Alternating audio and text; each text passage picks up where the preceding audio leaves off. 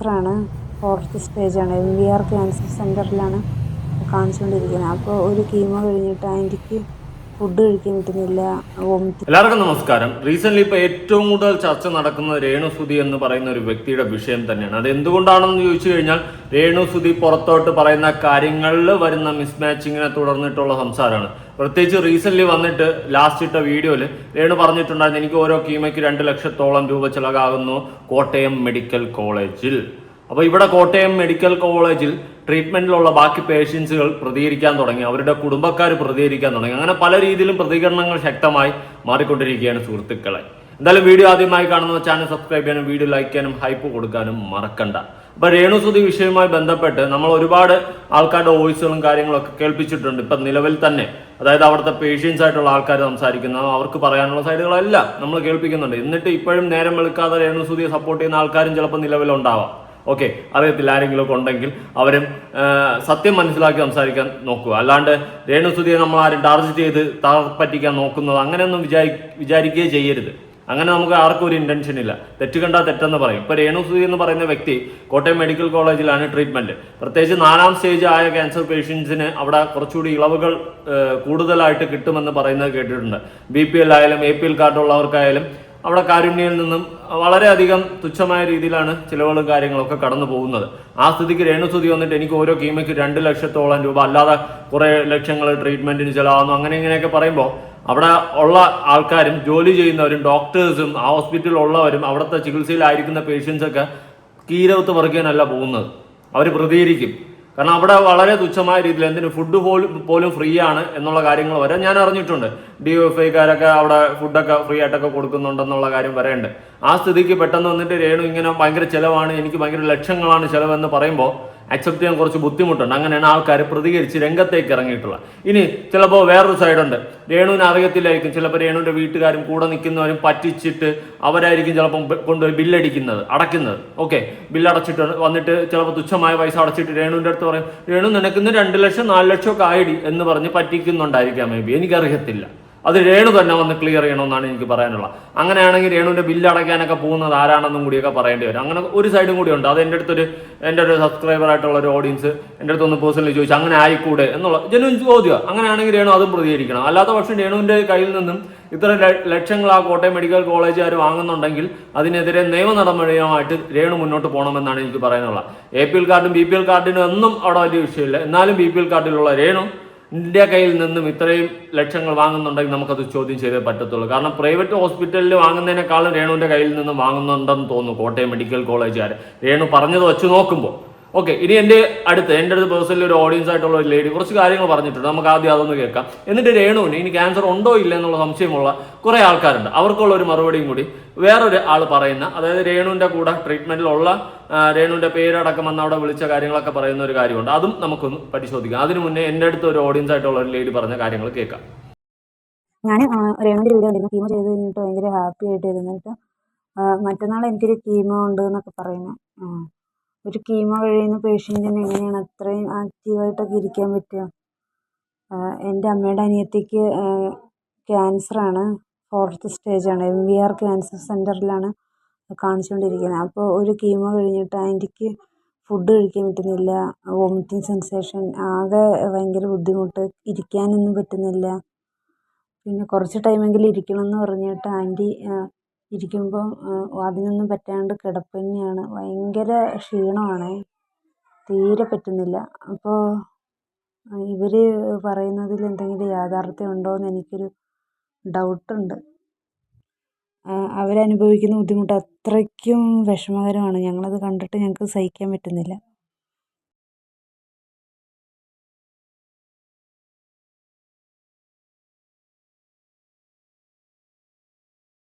Cancer രോഗം എന്ന് പറയുമ്പോൾ അത് നിസ്സാരമല്ലല്ലോ. അപ്പോൾ ആൻറ്റിക്ക് ഇമ്മ്യൂണൈസേഷൻ്റെ ഒരു ഇതും കൂടെ പറഞ്ഞിട്ട് ആൻറ്റിക്ക് ഇത് ചെയ്യാൻ പറ്റുന്നില്ല. അപ്പം ആൻറ്റിക്ക് കീമോയും അടുത്തത് ചെയ്യണമെന്നുണ്ട്. പക്ഷേ യാത്രയും ബുദ്ധിമുട്ട്. അപ്പോൾ ആൻറ്റി കുറച്ച് ദിവസത്തേക്കും കൂടെ റെസ്റ്റ് എടുത്തിട്ട് പോകാമെന്നാണ് പറയുന്നത്. കാരണം ഒന്ന് തന്നെ ചെയ്തിട്ട് തീരെ വയ്യാണ്ടായിട്ടുണ്ട്. ആ അവസ്ഥ കണ്ടിട്ട് ഞങ്ങൾക്ക് കരച്ചിൽ വന്നിട്ട് പറ്റുന്നില്ല. ഞങ്ങളെയൊക്കെ നോക്കുന്ന ആൻറ്റി ആയിരുന്നു. അപ്പം കീമോ ഒക്കെ ചെയ്താൽ വളരെ ബുദ്ധിമുട്ടാണെന്ന് ഞങ്ങൾക്കറിയാം. പക്ഷേ ഇവർ കാണിക്കുന്ന കാണുമ്പോൾ ആദ്യം ഒരു സഹതാപം ഉണ്ടായിരുന്നു, അതും കൂടെ ഇല്ലാണ്ടാവുക. കാരണം മുടിയൊക്കെ ട്രിം ചെയ്ത് കളഞ്ഞിട്ട് പിന്നെ കുറേ മുടി പോയി എന്ന് പറഞ്ഞ് ഒരു സൈഡൊക്കെ കാണിക്കുന്നുണ്ടായിരുന്നു. അതൊക്കെ ഫേക്കല്ലേ? ഇത്ര പെട്ടെന്ന് മുടി അത്രയൊക്കെ കൊഴിഞ്ഞു പോകുമോ? അതൊക്കെ ഒരു ഡൗട്ട് ഉണ്ട് കേട്ടോ. സെൻറ്ററിൽ ഒരു കുറച്ച് മുടി പോയ ഭാഗമില്ലേ, അത് പിന്നെ കൊഴിഞ്ഞു പോകുന്നത് അങ്ങനെയല്ലല്ലോ, വെറുതെ ഒരു പ്രഹസനമല്ലേ? കാരണം അത്രയും മുടി ആ ഭാഗത്ത് പോയത് കാണിക്കുന്നുണ്ട്. അത് കട്ട് ചെയ്ത് കളഞ്ഞതുപോലെയാണ് എനിക്ക് കണ്ടിട്ട് തോന്നിയത്. പിന്നെ ആൻറ്റിക്കും ഒക്കെ മുടി കൊഴിയുന്നുണ്ട്, നല്ല മുടി ഉണ്ടായിരുന്നായിരുന്നു. പക്ഷെ പിന്നെ ഇതുപോലെ അങ്ങനെ അങ്ങൊന്നും പോവുമൊന്നുമില്ല. എന്തിനാണ് അവരിങ്ങനെ നാടകം കളിച്ചിട്ട് മറ്റുള്ളവരുടെ മുമ്പിൽ ഒരു സഹതാപം മേടിക്കുന്നത്? ഞങ്ങൾക്കത് കാണുമ്പോൾ ഭയങ്കര വിഷമമുണ്ട്. കാരണം ഇപ്പോൾ രാഹുലിനെ വെച്ചിട്ട് ഒക്കെ അവർ കുറേ റൂമേഴ്സൊക്കെ ഇറക്കുന്നുണ്ടല്ലോ. ഒരു മാന്യമായ ഒരു അമ്മ ഇങ്ങനെയാണോ? ഞാനും 3 കുട്ടികളുടെ അമ്മയാണ്. ഏകദേശം രേണുവിനേക്കാൾ 1-2 വയസ്സിന് വ്യത്യാസമുള്ളൂ. എന്നിട്ടും ഞങ്ങൾ കുടുംബത്തിൽ ഒരുപാട് ബുദ്ധിമുട്ടുണ്ട്. കുടുംബത്തിലൊക്കെ ഒരുപാട് പ്രശ്നങ്ങളിലൂടെയാണ് ഞങ്ങളും കടന്നു പോകുന്നത്. എന്നിട്ടും ആ ബുദ്ധിമുട്ടുകളിലും ഒക്കെ തല ഉയർത്തി പിടിച്ച് നിൽക്കാൻ വേണ്ടിയിട്ട് ഞാനിപ്പോൾ വീട്ടിലിരുന്നിട്ട് ഓൺലൈനായിട്ട് ഹോസ്പിറ്റൽ അഡ്മിനിസ്ട്രേഷൻ കോഴ്സ് പഠിക്കുക. കാരണം എൻ്റെ കുഞ്ഞുങ്ങളെ നോക്കാൻ ഒരു ജോലി ആവശ്യമാണ്. അതുകൊണ്ട് പക്ഷേ ഇവർ കാണിച്ചു കൂട്ടുന്നതൊക്കെ വെച്ച് നോക്കുമ്പോൾ എന്താ പറയണ്ടതെന്ന് അറിയില്ല. നമ്മുടെയൊക്കെ മക്കൾക്കൊക്കെ ഒരുപാട് കഴിവുണ്ട്. എല്ലാവരും അപ്രിഷ്യേറ്റ് ചെയ്തിട്ട് മുന്നോട്ട് പോകുന്ന ചെറിയ കുട്ടികളൊക്കെ ഉണ്ട്. എല്ലാവരും പറയും നിങ്ങൾക്ക് യൂട്യൂബ് ചാനൽ തുടങ്ങിക്കൂടെ, കുഞ്ഞുങ്ങൾ നന്നായിട്ട് ഓരോ കാര്യങ്ങൾ ചെയ്യുന്നുണ്ടല്ലോ. പക്ഷെ നമ്മളതിനൊന്നും നിൽക്കുന്നില്ല. ഞങ്ങൾ വീഡിയോസും കാര്യങ്ങളൊക്കെ എടുക്കുന്നുണ്ട്. അത് ഭാവിയിൽ ഞങ്ങൾക്ക് കുഞ്ഞുങ്ങളെ ഓർക്കാൻ വേണ്ടിയിട്ട് അവരുടെ കളികളും കാര്യങ്ങളും ഒക്കെ എടുത്ത് ഇടുന്നു. ഞങ്ങൾ റീച്ചിന് വേണ്ടിയിട്ടൊന്നും ചെയ്യുന്നില്ല. ഇവർ ശ്രുതി മരിച്ചതിന് ശേഷം കാണിച്ചു കൂട്ടുന്നതൊക്കെ കാണുമ്പോൾ ഒരുപാട് വിഷമമുണ്ട്. ഈ ക്യാൻസർ പേഷ്യൻ്റാന്ന് കണ്ടപ്പോൾ ഞങ്ങൾക്ക് ഒത്തിരി എപ്പോൾ നോക്കിയാലും രേണുവിൻ്റെ വീഡിയോ കണ്ട് സഹി വിട്ട് ഒരു സഹതാപം ഉണ്ടായിരുന്നു. കാരണം പിന്നെ അവൾക്ക് വയ്യല്ലോ എന്ന് ഓർത്തിട്ട്. അവളെ ഞങ്ങൾ ഒരിക്കലും ഞാൻ സപ്പോർട്ട് ചെയ്തിട്ടില്ല. കാരണം അവളുടെ ആ വൾഗർ ഡ്രസ്സൊന്നും ഞങ്ങൾക്ക് സഹിക്കാൻ പറ്റുന്നില്ല. അതുകൊണ്ട് പിന്നെ രോഗിയാന്ന് കണ്ടപ്പോൾ ഒരു സഹതാപം തോന്നിയത് അതും കൂടെ ഇല്ലാണ്ടാക്കി. ആ കിച്ചുവിനെയൊക്കെ പറയുന്നത് കേട്ടാൽ ഇതിന് ശരിക്കും ഉണ്ടല്ലോ, പിന്നെ അന്വേഷിച്ചിട്ട് ക്ലാരിറ്റി വേണം. കാരണം നല്ലൊരു വീഡിയോ ചെയ്യണം, പിന്നെ എല്ലാ ഡീറ്റെയിൽസും കണ്ടുപിടിച്ചിട്ട്. അങ്ങനെ ഒരു ആഗ്രഹമുണ്ട്. എല്ലാ വ്ളോഗേഴ്സും പിന്നെ കുറച്ച് കാര്യങ്ങൾ മാത്രം കണ്ടുപിടിച്ച് പറയുള്ളൂ. ഫുള്ളും ഒന്ന് ഉടായ്പകൾ കണ്ടുപിടിച്ചിട്ട് അതൊന്ന് അതിൽ മുന്നോട്ട് കൊണ്ടുവരണം എന്നൊരാഗ്രഹമുണ്ട്. പറയുന്നത് ശരിയാണോന്ന് അറിയില്ല. മനസ്സുകൊണ്ട് ഒരുപാട് അടി വെച്ച് കൊടുത്തിട്ടുണ്ട് അവൾക്കിട്ട്. അത്രയ്ക്കും വെറുപ്പിക്കലാണ്. മടുത്തു ഞങ്ങൾ കണ്ട് എത്രയാ സഹിക്കുന്നത്? ഒരു പരിധിയില്ലേ? ഞങ്ങൾക്ക് കുഞ്ഞുങ്ങളുള്ളതാണ്. അവർ വരെ ചോദിച്ചു തുടങ്ങി. എൻ്റെ മോനൊക്കെ 10 വയസ്സുള്ള, അമ്മ എന്തിനാണ് ഇതിൻ്റെ വീഡിയോ ഏത് നേരം ഫോണിൽ വരുന്നതെന്നാണ് ചോദിക്കുന്നത്. മര്യാദയ്ക്ക് അവർക്ക് ജീവിച്ചുകൂടെ എന്നാണ് കുഞ്ഞുങ്ങൾ പോലും ചോദിക്കുന്നത്. അപ്പോൾ അതിൽ അതിൻ്റെ ഡീറ്റെയിൽസും കാര്യങ്ങളും ഒന്ന് കണ്ടുപിടിച്ചിട്ട് വീഡിയോ ചെയ്യുമെന്ന് പ്രതീക്ഷിക്കുന്നു. ഓക്കെ, ഇവർ പറഞ്ഞ കാര്യങ്ങൾ കേട്ടല്ലോ. ഇവരുടെയൊക്കെ വീട്ടിൽ പേഷ്യൻസ് ആയിട്ടൊക്കെ ഉള്ള ആൾക്കാരൊക്കെ ഉണ്ട്. ഇപ്പോൾ രേണു കാണിക്കുന്ന പ്രകസനങ്ങളൊക്കെ കാണുമ്പോൾ എല്ലാവർക്കും ഓരോ ഡൗട്ടുകൾ വരുന്നുണ്ട്. പക്ഷേ അവൾക്ക് അസുഖം ഉണ്ട്, ഇല്ലെന്നൊന്നും പറയുന്നില്ല. പക്ഷേ ഇവൾ പറയുന്നത് പോലെ 4th സ്റ്റേജ് ആണോ അല്ലേ എന്നൊന്നും എനിക്ക് കൺഫേം ആയിട്ടൊന്നും അറിയത്തില്ല. ഞാൻ അതിൻ്റെ പേപ്പറോ കാര്യങ്ങളോ ഒന്നും കണ്ടിട്ടില്ല. ഇനി ഇപ്പോൾ രേണു പറയുന്ന പോലെ 4th സ്റ്റേജ് ആണെങ്കിൽ ഇങ്ങനെയൊക്കെ കാണിക്കുമ്പോൾ നാട്ടുകാർക്ക് ഡൗട്ട് തോന്നുന്നതിൽ അതിശയമില്ല. പിന്നെ രേണു, ഞാൻ ഉള്ള കാര്യം പറയാം. നമ്മൾ ജെനുവിനായിട്ട് ഒരു കാര്യം എപ്പോൾ സംസാരിച്ചാലും, ഇപ്പോൾ തെറ്റ് പറ്റിയാൽ കൂടി ജെനുവിനായിട്ട് ഓപ്പണായിട്ട് പറഞ്ഞു കഴിഞ്ഞാൽ ആൾക്കാർ അക്സെപ്റ്റ് ചെയ്യും. അല്ലാത്ത പക്ഷെ നമ്മൾ കള്ളത്തിന് മേളിൽ കള്ളം പറഞ്ഞ് ഉരുണ്ട് കളിച്ചു കഴിഞ്ഞാൽ ജനങ്ങൾ വലിച്ചു കയറി ഒട്ടിക്കത്തേ ഉള്ളൂ. അതായത് രേണു മനസ്സിലാക്കുക. ഓക്കെ, രേണു ഇന്നലെ ഒരു വീഡിയോ ഇട്ടിട്ട് ഞാൻ അഥവാ തട്ടിപ്പോയി കഴിഞ്ഞാൽ ഇനി എൻ്റെ കുട്ടിയെ ഋതപ്പനെ ഈ പറയുന്ന എൻ്റെ വീട്ടുകാർ അച്ഛൻ, അമ്മ, ലിബിയൊക്കെ നോക്കിയാൽ മതി എന്നുള്ള രീതിയിലൊക്കെ സ്റ്റേറ്റ്മെൻറ്റ് പറയുന്നു. കിച്ചുവിനെ അവിടെ നിന്ന് ഒഴിവാക്കുന്നു.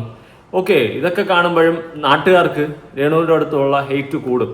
ഈ ഒരു സമയത്ത് നെഗറ്റീവ് റീച്ച് ഉണ്ടാക്കാൻ വേണ്ടിയിട്ട് ആരെങ്കിലും ബുദ്ധിമോശം നിനക്ക് പറഞ്ഞു തരുന്നുണ്ടെങ്കിൽ അത് വെറും മണ്ടത്തരം മാത്രമെന്നേ ഞാൻ പറയത്തുള്ളൂ. അതിൽ പരം മണ്ടത്തരം നിന്റെ ജീവിതത്തിൽ വേറെ ഇല്ല എന്നും കൂടി ഓർമ്മിപ്പിക്കുകയാണ് ഞാൻ. ഓക്കെ, മണ്ടത്തരങ്ങളും എടുത്തുചാട്ടങ്ങളൊക്കെ കുറച്ച് അധികമായാൽ അമൃതും വിഷമാണ് രേണു. സ്വയമേ ഒന്ന് മനസ്സിലാക്കുന്നത് എന്തുകൊണ്ടും നല്ലതായിരിക്കും. ഇനി ഒരുപാട് പേർക്കൊരു ഡൗട്ടുണ്ട്, രേണുവിന് ക്യാൻസർ ഉണ്ടോ ഇല്ലയോ എന്നുള്ള ക്വസ്റ്റ്യൻ. സത്യത്തിൽ ഉണ്ട്. കാരണം നിങ്ങൾക്ക് എല്ലാവർക്കും ഡൗട്ടാണ്. കാരണം ഇവള് കാണിക്കുന്ന കോപ്രായങ്ങളും വിളിച്ചു പറയുന്ന കള്ളത്തനങ്ങളൊക്കെ കേൾക്കുമ്പോൾ നാട്ടുകാർക്ക് തോന്നുന്നതിൽ ഒരു അത്ഭുതവും എനിക്ക് തോന്നിയിട്ടില്ല. ഓക്കെ, അവരെ തെറ്റു പറയാനും പറ്റത്തില്ല. എന്തായാലും ഞാൻ ഒരു വോയിസ് കൊടുക്കാം. വേറൊരാള് അവരുടെ ഫാമിലിയിലുള്ള ആരെയോ ട്രീറ്റ്മെന്റ് ആവശ്യമായിട്ട് അവിടെ പോയപ്പോൾ രേണുവിന്റെ പേര് രേഷ്മ പി തങ്കച്ചൻ എന്നൊക്കെ വിളിക്കുന്നത് കേട്ട് തുടർന്ന് അവർ പറയുന്ന കുറച്ച് കാര്യങ്ങളുണ്ട്, കേട്ടു നോക്ക്. രേണു സുധിക്ക് ഇങ്ങനെ ക്യാൻസർ ഒന്നും ഇല്ല എന്നുള്ള തരത്തിൽ സോഷ്യൽ മീഡിയയിൽ ഇങ്ങനെ സംസാരിക്കുന്നത് കേട്ടു. സത്യത്തില് അവര് എന്തോ കാശുണ്ടാക്കാൻ വേണ്ടിയിട്ട് കള്ളക്കഥ പറഞ്ഞുണ്ടാക്കുകയാണ്, പിക്ക് ലൈൻ ഇട്ടതൊക്കെ വെറുതെയാണ് എന്നൊക്കെ പറഞ്ഞ് ഇങ്ങനെ കുറെ വീഡിയോസ് കണ്ടു. അതുകൊണ്ടാണ് ഞാൻ ഇതൊന്ന് പറയാൻ ആഗ്രഹിച്ചത്. അവര് ആ പിക്ക് ലൈൻ ഇടുന്ന ദിവസം അവർ ഹോസ്പിറ്റലിലുള്ളപ്പം ഞാനും ആ ഹോസ്പിറ്റലുണ്ട്. എന്റെ സഹോദരിക്ക് ഒവേറിയൻ ക്യാൻസർ ആണ്. അപ്പൊ അവളെ കാണിക്കുന്നതിന് വേണ്ടിയിട്ട് ഞങ്ങൾ ഹോസ്പിറ്റലിൽ ഡോക്ടർ വെയിറ്റ് ചെയ്തിരിക്കുമ്പോൾ രേഷ്മ പി തങ്കച്ചൻ അവിടെ രേഷ്മ പി തങ്കച്ചന്റെ പേര് വിളിച്ചതൊക്കെ ഞങ്ങൾ കേട്ടതാണ്. അതിനുശേഷം ഇവർ പിക്ക് ലൈൻ ഇട്ടിട്ട് വന്നിട്ട്, അന്ന് അവരിട്ടത് ഒരു ബ്ലൂ കളർ ഡ്രസ്സായിരുന്നു ഇട്ടിരുന്നത്. എന്നിട്ട് അവരെ കണ്ടിരുന്നു, പക്ഷെ ഞാൻ ഫോട്ടോ ഒന്നും എടുത്തൊന്നുമില്ല. അവര് ആ കീമോ എടുക്കുന്ന റൂമിലേക്ക് കയറി പോകുന്നത് കണ്ടാണ്. ഈ കയ്യിൽ പിക്ക് ലൈൻ ഇട്ടതിന് ശേഷം ഇട്ടിട്ട് വന്നിട്ട് അവിടെ പോയി കീമോയും എടുത്തതാണ്. നമ്മൾ കണ്ണാലെ കണ്ടതാണ്. പിന്നെ ഫോട്ടോ ഒന്നും എടുത്തില്ല. അതുകൊണ്ട് എനിക്കിപ്പോ ഫോട്ടോ ഒന്നും അയച്ചു തരാനൊന്നും പറ്റില്ല. ഞാൻ കണ്ണാലെ കണ്ടാണ്. രേഷ്മ പി തങ്കച്ചൻ എന്നാണ് അവരുടെ പേര് ഇവിടെ വിളിച്ചതും. അവര് കണ്ട ഡോക്ടർ ആയിരുന്നു എനിക്കറിയാം. പക്ഷെ എനിക്കിവിടെ അവരുടെ പേര് പറയാൻ പറ്റുമെന്ന് അറിയത്തില്ല. അതുകൊണ്ട് ഞാൻ പറയുന്നില്ല. എന്തായാലും അവർക്ക് ക്യാൻസർ ഇല്ല എന്ന് പറയുന്നത് ഒട്ടും ശരിയായ കാര്യമല്ല. കാരണം എന്റെ കണ്ണാലെ കണ്ടതാണ് അവർ കീമോ ചെയ്യുന്നതും ഈ പിക്ക് ലൈൻ ഇട്ടിട്ട് വരുന്നതും വന്നതിന് ശേഷം പോയി കീമോ ചെയ്യുന്നതും ഒക്കെ. അപ്പൊ ഈ പിക്ക് ലൈൻ എന്ന് പറയുന്ന സാധനം, ഞാനൊരു മെഡിക്കൽ ഫീൽഡ് വർക്ക് ചെയ്യുന്ന വ്യക്തിയും കൂടിയാണ്. അപ്പൊ ഈ പിക്ക് ലൈൻ എന്ന് പറയുന്ന സാധനം എന്ന് പറയുന്നത് അത് നമ്മുടെ പെരിഫറൽ ലൈൻ വഴി ഇട്ടിട്ട് അങ്ങനെ അത് ഉള്ളിലേക്ക് ഇട്ട് ചെയ്യുന്ന ഒരു സംഭവമാണ്. അപ്പം ഈ മെഡിക്കൽ ഫീൽഡൊക്കെ വർക്ക് ചെയ്യുന്നവർക്ക് അറിയാം. ഇപ്പൊ പറയുമ്പോൾ തന്നെ അത് സെൻട്രൽ ലൈൻ എന്നൊക്കെ ഇടുന്ന പോലെയൊക്കെ ഇടുന്ന ഒരു സംഭവമാണ്. അപ്പൊ അങ്ങനത്തെ ഒരു ഇത് ഇട്ടിട്ട് മെഡിസിൻ എടുക്കണം എന്തിനാന്ന് വെച്ചിട്ടുണ്ടെങ്കിൽ അതൊരു തമാശയായിട്ട് ചെയ്യുന്ന കാര്യങ്ങളല്ല. അത്രയ്ക്ക് ഡോസ് കൂടി മെഡിസിൻ ആയിരിക്കാം രേണു എടുക്കുന്നത്. അതുകൊണ്ടായിരിക്കാം പിക്ക് ലൈൻ ഇട്ടിട്ട് അവർക്ക് മെഡിസിൻ കൊടുക്കുന്നത്. അപ്പൊ ഇങ്ങനെ അത് മിസ്കമ്മ്യൂണിക്കേറ്റ് ചെയ്യുന്ന തരത്തിൽ ഇങ്ങനെ ജനങ്ങളുടെ ഇടയിലേക്ക് ഇത് എത്തുമ്പം അതൊരു ശരിയല്ലാന്ന് തോന്നിയത് കൊണ്ടാണ് ഞാൻ പ്രതികരിച്ചത്. അതൊരിക്കലും ശരിയായ കാര്യമല്ല. ഈ പിക്ക് ലൈൻ എന്തിനാ ഉപയോഗിക്കുന്ന അത്ര ഡോസ് കൂടി മെഡിസിൻ ആയിരിക്കും. അതുകൊണ്ടായിരിക്കും അവർ പിക്ക് ലൈൻ ഇട്ടിട്ട് കീമോ എടുക്കുന്നത്. ഇപ്പൊ എന്റെ സഹോദരിക്കാണെങ്കിൽ ഇപ്പൊ 6 കീമോ കഴിഞ്ഞു. അവർക്ക് സാധാരണ പെരിഫറൽ ലൈനിലാണ് ഈ കീമോ മെഡിസിൻ കൊടുക്കുന്നത്. അതായത് മെഡിസിൻ വേറൊരു ബോട്ടിലേക്ക് NS ബോട്ടിലോട്ട് ഇഞ്ചെക്ട് ചെയ്തിട്ട് അത് ഡൈല്യൂട്ട് ചെയ്ത് അതിന്റെ എന്താ പറയാ അതിന്റെ ആ ഒരു കാഠിന്യം കുറച്ചതിന് ശേഷമാണ് ഇവർക്ക് ഈ മെഡിസിൻ കൊടുക്കുന്നത്. അപ്പൊ ഓർത്തോണം, ആ മെഡിസിൻ അത്ര ശക്തമായ മെഡിസിൻ ആണ്. അത് നമ്മുടെ ശരീരത്തിൽ കയറുമ്പം അതിൻ്റെതായ പ്രശ്നങ്ങൾ അവർക്കും ഉണ്ട്. അപ്പൊ ഈ ഈ ക്യാൻസർ ആയിട്ടുള്ള രോഗികളെ കൊണ്ട് നടക്കുന്നവർക്കോ അല്ലെങ്കിൽ ക്യാൻസർ ആയ പേഷ്യൻസ് ആരെങ്കിലും വീട്ടിലുള്ളവർക്കോ ഇതൊക്കെ പറയുമ്പോൾ മനസ്സിലാവും. പിന്നെ അതിനുശേഷം അവർക്ക് വരുന്ന ശാരീരിക ബുദ്ധിമുട്ട് കാര്യങ്ങളെല്ലാം ഉണ്ട്. കീമോ ഒക്കെ എടുത്തതിന് ശേഷം എന്റെ സഹോദരിക്ക് 2, 3, 4 ദിവസം കഴിഞ്ഞാൽ ബെഡിൽ നിന്ന് എഴുന്നേറ്റ് നിൽക്കത്തുള്ളൂ. അവർക്കൊരു ആഹാരം കഴിക്കാൻ പറ്റില്ല. ഒരുപാട് ബുദ്ധിമുട്ടും പ്രശ്നങ്ങളൊക്കെ വരും. അവർക്ക് ടെൻഷൻ കയറി, മെഡിസിന്റെ ഇതുകൊണ്ട് ആൻസൈറ്റി ഉണ്ടാവും, ഒത്തിരി പ്രശ്നങ്ങളുണ്ട്. അപ്പം ഇങ്ങനെ രേണുവിന് അതില്ല എന്ന് പറയുന്നത് പച്ച കള്ളമാണ്. രേണുവിന് ആ ക്യാൻസർ പേഷ്യന്റ് ആണെന്നുള്ളത് ഞാൻ കണ്ണാലെ കണ്ടതാണ്. പിന്നെ മറ്റൊരു കാര്യം, ഒരു യൂട്യൂബ് ചാനൽ ഒരാള് സംസാരിക്കുന്നത് കേട്ടാണ്. അവർക്ക് എന്തിനാണ് ഇത്രയും പൈസയുടെ ആവശ്യം? അവർക്ക് ഇത്രയും പൈസയുടെ ആവശ്യം ഉണ്ടോ? ഒരിക്കലും ഇത്ര പൈസയുടെ ആവശ്യമില്ല. ആരോഗ്യ ഇൻഷുറൻസ് ഉണ്ടെങ്കിൽ എന്തിനാണ്, കാരുണ്യയുടെ ഇൻഷുറൻസ് ഉള്ളവർക്ക് എന്തിനാണ് ഇതിന് മാത്രം പൈസയുടെ ആവശ്യം? അവിടെ പൈസയുടെ ആവശ്യമൊന്നുമില്ല, അവിടെ മെഡിസിൻ ഫ്രീ ആണ് എന്നൊക്കെ പറയുന്ന തരത്തിൽ കേട്ടു. ഞാനൊരു കാര്യം പറഞ്ഞോട്ടെ. ഇപ്പം എന്റെ സഹോദരിയും കൂടെ നടക്കാൻ തുടങ്ങിയിട്ട് കുറച്ച് നാളായല്ലോ. ഡോക്ടറെ കാണാനും ഓരോ ടെസ്റ്റുകൾക്കും പിന്നെ കീമോയ്ക്കൊക്കെ ആയിട്ട്. അതിന്റെ അറിവ് വെച്ച് ഞാൻ പറയാണ്, എന്റെ സഹോദരിക്കും ഉണ്ട് ആരോഗ്യ ഇൻഷുറൻസ്. അപ്പൊ അതെങ്ങനെയാണ് ഇത് ചെയ്തതെന്ന്, എങ്ങനെയാണ് ആ മരുന്ന് അവിടുന്ന് ലഭിക്കുന്നതെന്ന് കൃത്യമായിട്ട് അറിയുന്ന ഒരു വ്യക്തിയാണ് ഞാൻ. അപ്പൊ അവിടെ എല്ലാ മരുന്നും ഫ്രീ അല്ല, എല്ലാവർക്കും എല്ലാം ഫ്രീ അല്ല. അത് നമ്മൾ ആദ്യം മനസ്സിലാക്കുക. ഇപ്പൊ ഒരു ഡോക്ടറെ കാണാൻ ചീട്ടെടുക്കുന്നത് ചിലപ്പോൾ 5 രൂപ കൊടുത്താൽ മതിയായിരിക്കും എന്നും വിചാരിച്ചുകൊണ്ട് എല്ലാം ഫ്രീ ആണെന്ന് കരുതണ്ട. പിന്നെ നമ്മൾ മനസ്സിലാക്കേണ്ട വേറൊരു കാര്യം എന്താണെന്ന് വെച്ചാൽ, ഈ ആരോഗ്യ ഇൻഷുറൻസ് അവിടെ ക്ലെയിം ആയാലും നമുക്ക് അവിടെ ഇത് കൊണ്ടുപോയി കൊടുക്കുമ്പോൾ അവിടെ അവൈലബിൾ ആയുള്ള മെഡിസിൻ മാത്രമേ നമുക്ക് തരൂ. അവര് അവൈലബിൾ അല്ലാത്ത മെഡിസിൻസ് നമ്മൾ പുറത്തുപോയി കാശ് കൊടുത്ത് മേടിക്കണം. ഈ ആരോഗ്യ ഇൻഷുറൻസിൽ വേറെ ആരെങ്കിലും യൂസ് ചെയ്തിട്ടുണ്ടെങ്കിൽ, ഫാമിലി മെമ്പേഴ്സ് ഒക്കെ അടങ്ങുന്നതാണ് ഒരു ആരോഗ്യ ഇൻഷുറൻസ്, അങ്ങനെ ചെയ്തിട്ടുണ്ടെങ്കിൽ ഓൾറെഡി വേറെ ആർക്കെങ്കിലും അതിനകത്തുനിന്ന് ട്രീറ്റ്മെന്റ് എടുത്തിട്ടുണ്ടെങ്കിൽ നമുക്ക് കിട്ടില്ല, അടുത്ത ആൾക്ക് കിട്ടത്തില്ല. അതിനകത്ത് മിച്ചം പൈസ എത്ര ഉണ്ടോ അതിലെ ഡിപ്പെൻഡ് ചെയ്തിട്ടാണ് പിന്നെ നമുക്ക് പൈസ പിന്നെ നമുക്ക് മെഡിസിൻ അതിനകത്ത് എടുക്കാൻ പറ്റുള്ളൂ. അങ്ങനത്തെ കാര്യങ്ങളൊക്കെ ഉണ്ട്. അപ്പൊ എല്ലാവരും പറയും ഇങ്ങനെ ആരോഗ്യ ഇൻഷുറൻസ് ഉണ്ടല്ലോ, നിങ്ങൾക്ക് ഫ്രീ അല്ല, അങ്ങനെ ഫ്രീ കിട്ടും, അങ്ങനെയൊന്നും ഇല്ല. അതിനകത്ത് പൈസ എത്ര അവൈലബിൾ ഉണ്ടോ അതിൽ കിട്ടുന്ന മെഡിസിൻ നമുക്ക് എടുക്കാൻ പറ്റുള്ളൂ. പിന്നെ മറ്റൊരു കാര്യം, ഹോസ്പിറ്റലിൽ ഈ കീമോ മെഡിസിൻ അവൈലബിൾ ആണെങ്കിൽ ഹോസ്പിറ്റലിൽ നിന്ന് തരത്തുള്ളൂ. ഹോസ്പിറ്റലിൽ നിന്ന് തന്നാൽ ഫ്രീ ആണ്. കീമോ മെഡിസിൻ ഹോസ്പിറ്റലിൽ ഫ്രീ ആണ്, അത് നോട്ട് ചെയ്തോളൂ. ഹോസ്പിറ്റലിൽ ഫ്രീ ആണ്. അവിടെ ഉണ്ടെങ്കിൽ മാത്രം. അവിടെ അതില്ല എങ്കിൽ ചിലപ്പോൾ സ്റ്റോക്ക് ഇല്ലാതെ വരികയോ അങ്ങനെയുള്ള കാര്യങ്ങൾ വന്നിട്ടുണ്ടെങ്കിൽ അവിടുത്തെ സിസ്റ്റർമാർ നമ്മളോട് പറയും. അവിടെ നല്ല നല്ല സിസ്റ്റർമാരാണ് ഇപ്പോൾ അവിടെ ഉള്ളവരൊക്കെ. അവർ നമ്മളോട് വന്നിട്ട് പറയും, അതേ നോക്കിയേ ഇത് പേഷ്യൻ്റ് വിളിച്ചിട്ട് പറയും ഈ മെഡിസിൻ ഇവിടെ അവൈലബിൾ ഇല്ല. അപ്പൊ അവൈലബിൾ ഇല്ലാത്ത മെഡിസിൻസ് അവര് നമുക്ക് നീതിയിലേക്ക് എഴുതി തരും. അത് അങ്ങനെയാണ് പോകുന്നത്. ഈ ആരോഗ്യയുടെ ഇത് നമ്മൾ ഫില്ല് ചെയ്ത് സീല് വെച്ച് കഴിഞ്ഞ് മേടിച്ച് കഴിഞ്ഞിട്ടുണ്ടെങ്കിൽ ഹോസ്പിറ്റലിൽ ഇല്ലാത്ത മെഡിസിൻ അവർ മാർക്ക് ചെയ്ത് തരും. എന്നിട്ട് നമ്മൾ നീതിയിൽ പോയി ചോദിക്കും, അവിടെ ഉണ്ടെങ്കിൽ അവിടുന്ന് മേടിക്കും. ഇല്ലെങ്കിൽ ന്യായവില ഫാർമസി എന്ന് പറഞ്ഞതുണ്ട് കാരുണ്യയുടെ, അവിടെ ചെന്ന് ചോദിക്കും. ഇവിടെ രണ്ടിടത്തും ഇല്ലാത്ത മെഡിസിൻസ് നമ്മൾ വീട്ടിൽ പുറത്ത് പോയി മേടിച്ചുകൊണ്ട് വരണം. അത് നമ്മുടെ കയ്യിൽ കാശ് എടുത്തിട്ട് കൊടുക്കണം. ചില മെഡിസിൻസ് 6000 രൂപയുടെ ഉണ്ട്, 8000 രൂപയുടെ ഉണ്ട്, എന്തിന് 21,000 22,000 രൂപയുടെ വരെ മെഡിസിൻസ് ഒക്കെ എടുക്കുന്ന പേഷ്യൻസ് ഉണ്ട്. മനസ്സിലായി? ഇപ്പൊ എന്റെ ചേച്ചിക്ക്, ഇപ്പൊ എന്റെ സഹോദരിക്ക് തന്നെ ഇപ്പൊ ഒരു 10,000-50,000 രൂപയുടെ മെഡിസിൻസിന് മേലെ പൈസ ആയത് മെഡിസിൻസ് വരെ ഉണ്ട്. മനസ്സിലായോ? അപ്പൊ നിങ്ങൾ മിസ്കമ്മ്യൂണിക്കേറ്റ് ചെയ്യരുത് ജനങ്ങളുമായിട്ട്. ആരോഗ്യ ഇൻഷുറൻസ് ഉണ്ട്, അല്ല എല്ലാം ഫ്രീ ആണ്, എല്ലാം ഫ്രീ ഒന്നും അല്ല. നിങ്ങളത് മനസ്സിലാക്കുക. അവിടെ ഗവൺമെന്റിനാണെങ്കിലും അവർക്ക് തരുന്ന സംഗതികൾ നമുക്ക് തരുന്നുണ്ട്, ഇല്ലാന്ന് ഞാൻ പറയുന്നില്ല. ഞാൻ ഗവൺമെന്റിനെ കുറ്റവും പറയുന്നതല്ല. ഇത് മിസ്കമ്മ്യൂണിക്കേറ്റ് ചെയ്യാതിരിക്കുക. ഇങ്ങനെ അവർക്ക് എന്തിനാ പൈസയുടെ ആവശ്യം എന്ന് നിങ്ങൾ ചോദിക്കുമ്പം നിങ്ങളുടെ വീട്ടിലൊരു രോഗി ഉള്ളവർക്ക് മനസ്സിലാവും പൈസയുടെ ആവശ്യം ഉണ്ടോ ഇല്ലയോ എന്നുള്ളത്. നമ്മൾ ഒരു വീട്ടിലൊരു രോഗി വന്ന് ആ രോഗിനെയും കൊണ്ട് ഇങ്ങനെ ആശുപത്രി കയറി ഇറങ്ങി നടക്കുമ്പോൾ നമുക്ക് മനസ്സിലാവും പൈസയുടെ ആവശ്യം ഉണ്ടോ ഇല്ലയോ എന്ന്. ആരോഗ്യ ഇൻഷുറൻസ് ഉള്ളവർക്കെല്ലാം ഫ്രീ ആണെന്നുള്ള തെറ്റിദ്ധാരണകളൊക്കെ മാറ്റുക. അങ്ങനെ ഹോസ്പിറ്റലിൽ മെഡിസിൻ ഉണ്ടെങ്കിൽ നിശ്ചയമായിട്ടും അവർ ആ മെഡിസിൻ നമുക്ക് ഫ്രീ ആയിട്ട് തരും. അത് മെഡിസിൻ ഇല്ല, അവൈലബിൾ അല്ല എങ്കിൽ നമ്മൾ പുറത്തു പോയി മേടിക്കേണ്ടി വരും. പിന്നെ രേണുസുതി പറഞ്ഞ കേട്ടു, രേണുസുതിയുടെ 2 ലക്ഷം രൂപയോളം ആകും മെഡിസിനൊക്കെയാണ്. അത് ശരിയായിരിക്കും ഒരു പക്ഷേ. അത് RCC മാത്രമേ ഉള്ളൂ ആ മെഡിസിൻസ് ഒക്കെ. അങ്ങനെയാണെങ്കിൽ അവർ അവിടെ പോയി തന്നെ മേടിക്കണം, അത്ര രൂപ കൊടുത്ത് മേടിക്കണം. അപ്പൊ നിങ്ങൾ ചിന്തിച്ചോണം, അത്ര ഹൈ ഡോസ് ഉള്ള മെഡിസിനാണ് ഈ രേണുസുതി എടുക്കണേന്ന് ഓർത്തോണം. അത്ര ഹൈ ഡോസ് ഉള്ള മെഡിസിൻ ആയിരിക്കും അവർ എടുക്കുന്നത്, അതുകൊണ്ടാണ് അതിന് അത്രയും വില. മനസ്സിലായോ? അപ്പൊ അങ്ങനെ ചുമ്മാ ജനങ്ങളുടെ ഇടയിലേക്ക് അവർക്ക് പൈസയുടെ ആവശ്യമില്ല. എന്തിനാണ് അവർ വെറുതെ നുണ പറഞ്ഞ് കള്ളം പറഞ്ഞ് പൈസ മേടിച്ച് സമ്പാദിക്കുവാണെന്നൊക്കെ പറഞ്ഞ എത്ര തെറ്റിദ്ധാരണയാണ്. ഒരിക്കലും ആരെങ്കിലും സ്വന്തം ശരീരത്തിൽ ക്യാൻസർ ആണെന്നും പറഞ്ഞ് പിക്കിലയും പോയി ഇടുവോ? ഇത് ഡോക്ടർ പൊട്ടരാണോ? ഡോക്ടർ ചെക്ക് ചെയ്തിട്ട് ഇവർക്ക് എന്താ പറയാ, എന്തെല്ലാം ടെസ്റ്റുകളിലൂടെ ഒരു പേഷ്യന്റ് കടന്നു പോകും. ഫൈനൽ കൺഫർമേഷനിലേക്ക് എത്തുമ്പോൾ ഇവർക്ക് ക്യാൻസർ ആണ് എന്ന് ഫൈനലി കൺഫേം ചെയ്യണമെങ്കിൽ എന്തെല്ലാം ടെസ്റ്റുകളിലൂടെ ഒരു രോഗി കടന്നു പോകണം. അതിനുശേഷം പിന്നെയും ബ്ലഡ് ടെസ്റ്റുകള്, അതിന്റെ സാമ്പിൾ എടുക്കലുകള്, ആ സാമ്പിള് പരിശോധിക്കലുകള്, ബയോപ്സി ചെയ്യല്, ഇതെല്ലാം ഇല്ല. അതിനുശേഷമല്ലേ ഒരു ഡോക്ടർ പറയുള്ളൂ. അല്ലാതെ രോഗിനെ കാണുമ്പോൾ ഡോക്ടർക്ക് അറിയാമെങ്കിൽ കൂടി, പല ടെസ്റ്റുകൾ കാണുമ്പോൾ ഡോക്ടർക്ക് അറിയാമെങ്കിൽ കൂടി ഡോക്ടർ പറയോ ഇവർക്ക് ക്യാൻസർ ആണ്? എല്ലാ ടെസ്റ്റുകളും കഴിഞ്ഞ് എല്ലാ ടെസ്റ്റുകളുടെ റിസൾട്ടും വെച്ച് പരിശോധിച്ചതിന് ശേഷം മാത്രമേ ഒരു ഡോക്ടർ പറയുള്ളൂ നിങ്ങൾക്ക് ഇന്ന രോഗമാണ് കേട്ടോന്ന്. അല്ലാതെ ഒരു ഡോക്ടർ വെറുതെ അങ്ങനെ പറയില്ല. അങ്ങനെ പറഞ്ഞതിന് ശേഷം ചുമ്മാ ഇപ്പൊ രേണു ചെന്നിട്ട് പറയാ, ഡോക്ടർ എനിക്ക് ഇവിടെ ഒരു ലൈൻ ഇട്ട് തരണം എന്ന് പറഞ്ഞാൽ ആരെങ്കിലും ഇട്ട് കൊടുക്കുമോ? എന്തിനേറെ ഒരു പെരിഫറൽ ലൈൻ ഇട്ട് കൊടുക്കും ആരെങ്കിലും? ചുമ്മാ എന്റെ ഒരു വെയിനയിലേക്ക് എന്റെ ഒരു ചാനൽ ഇട്ട് തന്നേരം എനിക്ക് ജനങ്ങളെ കാണിക്കാനാന്ന് പറഞ്ഞാൽ ഏതെങ്കിലും ഒരു മെഡിക്കൽ പാസ് ഏതെങ്കിലും മെഡിക്കൽ ഫീൽഡിൽ ജോലി ചെയ്യുന്നവർ അങ്ങനെ ചെയ്യുമോ? ആരും ചെയ്യില്ല. പിന്നെ എന്തിനാ നിങ്ങള് പിന്നെ എന്താണ് ഇങ്ങനെയൊക്കെ പറയുന്നത്? അവര് രോഗിയാണ്, അവര് എത്രാമത്തെ സ്റ്റേജ് ആണെന്നുള്ളത് എനിക്കറിയില്ല. പക്ഷെ അവര് കീമോ ചെയ്യുന്നതും അവന്റെ കണ്ണാലെ കണ്ടതാണ്. അവര് കോട്ടയം മെഡിക്കൽ കോളേജിൽ വന്നതും പിക്ക് ലൈൻ ഇട്ട് അന്നത്തെ ദിവസം ഞാൻ അവരെ കോട്ടയം മെഡിക്കൽ കോളേജിൽ വെച്ച് കണ്ടതാണ്.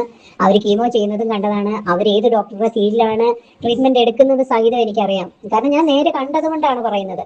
അല്ലാതെ അവർക്ക് രോഗമില്ല എന്ന് ഈ പ്രചരിപ്പിക്കുന്നത് ശരിയല്ല. പിന്നെ അവർക്ക് സാമ്പത്തിക ആവശ്യമില്ല എന്ന് പറയുന്നതും തെറ്റായ ചിന്തയാണ്. അവർക്ക് എത്രത്തോളം പൈസ, ഒരു മെഡിസിൻ അവര് 2 ലക്ഷം രൂപ മുടക്കണമെങ്കിൽ ഓർത്തോണം അവർക്ക് എത്ര. ഇപ്പൊ എന്റെ സഹോദരിക്ക് തന്നെ 6 കീമോ കഴിഞ്ഞു. അപ്പൊ തന്നെ എത്ര രൂപയെ നിങ്ങൾ കണക്കൂട്ടി നോക്ക്.